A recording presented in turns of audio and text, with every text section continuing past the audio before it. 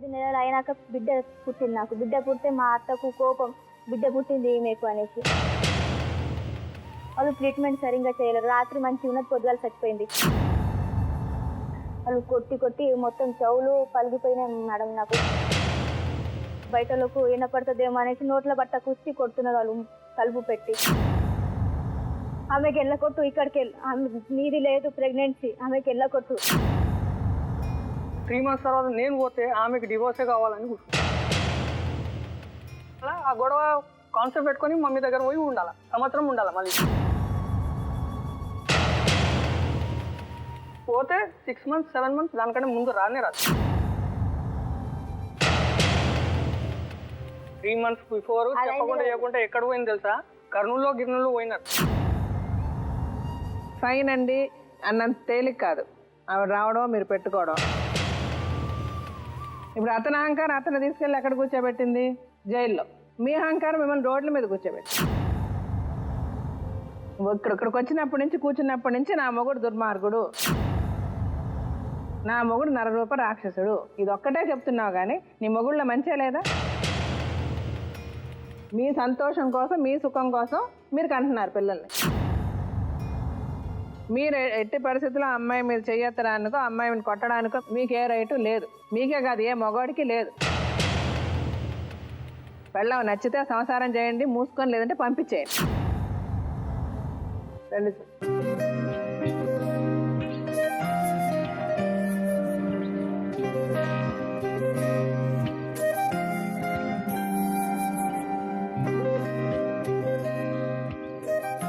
ఒక కొడుకు అమ్మ నీకు? ఎంత వయసు ఇప్పుడు బాబుకి? ఇప్పుడు ఇంకా 4 years పడలేదు మేడం. ఓకే, చదువుకుంటున్నాడు? ఇప్పుడు వేసిన మేడం. ఇప్పుడు ఒక ఇయర్ వేసారా? Okay okay. పేరేంటి? వైతిక్. వైతిక్. మీ వయసు ఎంత స్వప్న? 27 మేడం. 27. ఏమైనా చదువుకున్నారా? లేదు, చదువుకోలేదు. ఏం చదువుకోలేదు. మీ నాన్నగారు ఉన్నారా? లేదు, చచ్చిపోయింది. ఎప్పుడు? ఇప్పుడు 8 సంవత్సరాలు అవుతుంది మేడం. సరే, మీకు పెళ్ళి ఎన్ని ఇయర్స్ అయింది? 7 years అవుతుంది మేడం. 7 years అయింది. ఇప్పుడు మీ ఏజ్ 27 years. 27. సరే, మీది అరేంజ్ మ్యారేజే? అరేంజ్ మీ మ్యారేజ్. ఆయన ఏం చేస్తారు? బ్యాంకులో మేడం. బ్యాంకులో పని చేస్తారు. ఓకే. ఏంటి ప్రాబ్లం చెప్పండి. ప్రాబ్లం అంటే మేడం, పెళ్ళి అయ్యి ఒక 3 నెలల తర్వాత ప్రెగ్నెన్సీ, ఒక పాప అయి చచ్చిపోయింది. అక్కడి నుంచి ఇల్లు స్టార్ట్ చేసినారు మేడం. ఆడపిల్ల వద్దు అనేసి మా అత్త. ఆడపిల్ల పుట్టిన తర్వాత లేదు, కడుపుతోటి ఇట్లా ఉన్నా నేను, అట్లా ఆడబిడ్డ అయితే మేము ఇచ్చేస్తాం నీకు, ఆ పిల్లని కూడా మేము ఇంట్లో తీసుకోం, నీకు కూడా ఇంట్లో తీసుకోమనేసి వాళ్ళు వాళ్ళది. అంటే మీరు కడుపుతో ఉన్నప్పుడే ఆడపిల్ల పుడితే మిమ్మల్ని పంపించేస్తామని మిమ్మల్ని బెదిరించారు? పంపించేస్తాం, వేరే పెళ్లి చేసి ఇస్తాం, నేను ఆడపిల్ల పుట్టద్దు మా ఇంట్లో అనేసి. అక్కడికి వెళ్ళి స్టార్ట్ చేసిన. ఆడపిల్ల పుట్టింది అక్కడికి. ఆవిడకి ఆడపిల్లలు లేరా? లేరా, ఉన్నారు మేడం, 3 ఉన్నారు. ఒక ఆడపిల్ల ఇంట్లోనే ఉన్నారు, 3 పిల్లలు తీసుకొని ఉన్నారు మేడం. ఓకే. ఆవిడకి 3 ఆడపిల్లలు ఉన్నాయి, కానీ ఉన్నారు, కానీ మీకు ఆడపిల్ల పుట్టకూడదు? పుట్టకూడదు. 9 నెలలు అయినాక బిడ్డ పుట్టింది. నాకు బిడ్డ పుడితే మా అత్తకు కోపం, బిడ్డ పుట్టింది ఈమెకు అనేసి. పడిపోయింది మా అమ్మ. పడిపోయేసరికి మా నాన్న ఏంది మా ఏమని కొడుతున్నావు, నువ్వు వచ్చేసరికి మా ఆయన్నే కొట్టిండు. లబ్బర్ది సైకిల్ టైర్ ఉంది, దాన్ని తీసుకొని పట్ట ఎవరు నందినట్టు వాళ్ళని కొట్టేసింది వీళ్ళిద్దరిని. నేను వామ్మో మా అమ్మని మా నాన్న కొట్టిందని మా అమ్మకాడికి పోతే, మా పెద్ద ఆడబిడ్డ, మా చిన్న ఆడబిడ్డ, మా అత్తయ్య, ఈ 3 వచ్చి నా జుట్టు ఇంతలా ఉంటుంది మెలేసుకొని గుంజుకొని కొడుతున్నారు నన్ను. మళ్ళీ మా అమ్మ లేచి ఇట్లా కొట్టుకొని వచ్చి, వామ్మో నా బిడ్డను కొడుతున్నారు ఏంది అన్నది. అనేసరికి అసలు మీకేం పని అని మా అమ్మని మా నాన్న కొట్టి, నువ్వు వంటొద్దని వాళ్ళతో పాటు నన్ను కూడా పట్ల ఎన్ని చేసి పిల్లని ఎలగొట్టి, అర్ధరీత్రప్పుడు ఎలగొట్టి. అక్కడ ఊరు రాని ఇట్లా మమ్మల్ని ఇళ్ళలో రానిపోయేసరికి నడుచుకుంటా తెలంచి పోలీస్ స్టేషన్ కాడికి వరుసగా వెళ్ళింది. పెడితే మా ఆయన్ని పిలిపించారు.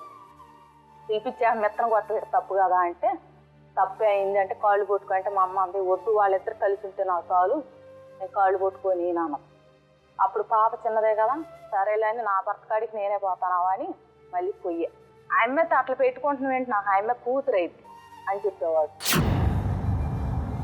సరే అట్లాగాని మా మామ చచ్చిపోయాక మళ్ళీ ఏం చేసిండు, పాప చిన్నది మీ అమ్మోళ్ళ కాడికి పంపి మన ఊరికోతకి వెళ్ళిపోదామండి. ఏదో ఆయమ్మే తూరు పోతుందని నన్ను తీసుకుపోయింది.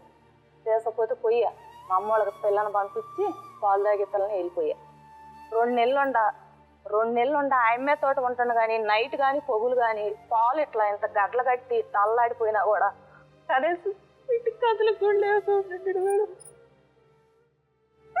ఊరుకో హృదయమా ఉప్పెనై రాకుమా మాట మన్నించుమా బయటపడిపోకుమా చెయ్యెత్తి దీవించే వేళ నీ కళ్ళలో జలపాతాల నీ పేరు నిట్టూర్పుల జ్వాల ప్రణయమా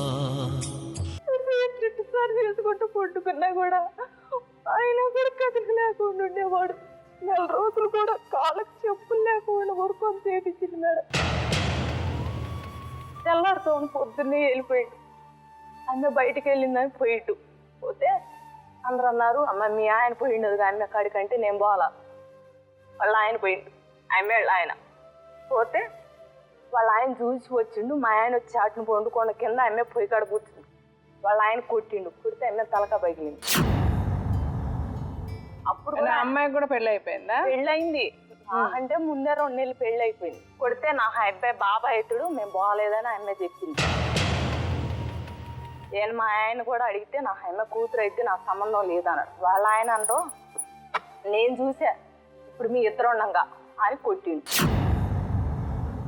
మా అప్ప ఏం చేసింది, ఇరుగు పొరుగులతో మాట్లాడనైపోతే మా అప్పకి తెలకుండా నన్ను ఒక వస్తువు అడిగారు.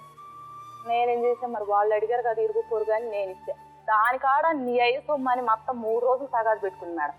పెట్టుకొని మొత్తం కొట్టింది నన్ను. ఏం వస్తుంది సార్ మీరు? సూది ఇట్లా వాళ్ళు ఇంటెమ్మతో సూది అడిగారు. సూది కోసం నీ బాబు సొమ్మది. మా ఆయన ఫుల్ కళ్ళు తాగింటూ వాళ్ళ అక్కళ్ళ ఇంటికాడ పండుకోనడం. మొత్తం వేరే వాళ్ళ ఇంటికాడ ఉన్న కొడుకునిచ్చి పంపించి నేను వచ్చేసరికి అన్నాడు, నువ్వు మా అమ్మని ఎందుకు కొట్టినావు అంటే నేను మేమేను అనుకోటి నువ్వు సూది దెబ్బలేస్తుండయో మీ అక్క కూడా చూసిందిగా మిక్కరా అని తిన్నా వచ్చా మాట్లాడదాం అని. మా అప్పయ్య నేను దీనికాడ నువ్వు తగాదు ఎట్టి పెట్టుకుంటున్నావు అని మా అప్పయ్య నేను వస్తుంది. నేను తెస్తుంటా సార్ మొక్కలు పేట మేడం. ఆ మొక్కల పేరు తీసుకొని రెట్ట కొందికి వేసిండి ఇది చెయ్యి. ఇట్లా ఉండే చెయ్యి విరిగిపోయింది. ఇట్లా తలక తగిలి ఇద్దరు వచ్చి ఆఫ్ చేసినా కూడా ఆగల. ఈ అమ్మాయితో ఎట్టే ఉంటుండు. ఎట్టే ఉంటే నేను అడిగినందుకు నన్ను కొడతాడు రోజు. అదేమనంటే నీకు అనవసరం, నీకెందుకు అసలు నువ్వు ఇంట్లో ఉండేదా నువ్వు అమ్మాయితో నేను ఉంటున్నానా అంటాడు. ఇక బాబు కడుపులో ఉంటే హాస్పిటల్ తీసుకుపోయింది మేడం. తీసుకుపోయి 200లకు మందులు వస్తాయి మేడం. 200 తీసుకొని వచ్చి అక్కడ రైలు పోతే మళ్ళీ రైలు ఉండమని అన్నం కూడా తినకుండా తీసుకుపోయింది. ఏ వీళ్ళు అన్నం తింటల్లా. హాస్పిటల్ తీసుకుపోయి నేను బాగా కళ్ళు తిరుగుతుంది, ఏదైనా టిఫిన్ పెట్టి నాకేం వద్దు అతికాయలు కొనివ్వంటే డబ్బులు లేవు. మా అమ్మ 200 ఇచ్చింది. నీకు ఇచ్చింది మా అమ్మ నీకు అన్నాడు. వేరే వాళ్ళు వచ్చారు పట్లకు మేడం. వాళ్ళు సాయంత్రం 5ంటికి మాకు టిఫిన్ పెడితే వాళ్ళ ద్వారా నేను తిన్నా. కళ్ళు తిరిగి నన్ను హాస్పిటల్ వదిలిపెట్టి వాళ్ళ కాడికి వెళ్ళిపోయిండు. నా ఇంజక్షన్ చేస్తే వచ్చేపోయేవాళ్ళు గుద్దుకుంటూ తిరిగాను మేడం. నాకు అసలు ఏం అర్థం కాదు. అట్లా కూర్చోబెడితే ఈ నవ్వు కంటింగ్ కొడిపోయింది మేడం. మా ఇద్దరికి వెళ్ళి తీసుకొచ్చింది ఆ అమ్మాయిని. తీసుకొచ్చి నా కళ్ళు ఎదురుగా మీ ఇద్దరు వండారు. పిల్లలు ఫోన్ చేసి ఏమన్నా ట్రైనింగ్ మా నాన్న నువ్వు ఎందుకు ఉంచుకుంటావు? నువ్వు చేసిన ఏదో పని అమ్మాయి చేస్తుంటే నువ్వు ఆ అమ్మాయి నెత్తిన పెట్టుకుంటావా?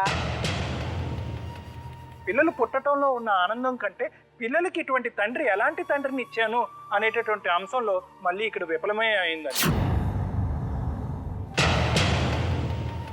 సర్దుకొని బాబట్టే ఇంకొక ఆమె వేసుకొని వెళ్ళిపోయి 2 పిల్లలు కన్నావా? ఇప్పుడు నాకు రాజధాని కూడా చెప్పి నేను కోపడదాన్ని అయితే నువ్వు అసలు దాంతో తిరిగేవాడు. వదిలేయాలని చెప్పి నా పిల్లగాళ్ళు ఏం చేద్దాం అనుకున్నా దాన్నే తీసుకొని తిరగపోయి నువ్వు మగవాడాల కానీ అసలు నీ అమ్మ కాలు ఇంతకుముందే వదిలిపెట్టిపోతే నేనే చూసుకున్నా పిల్లలను కూడా. మూసుకో ఆ మాట అంటే నాకు మండిద్దాం. ఏనాడు నా పిల్లగాళ్ళు చూడాలి.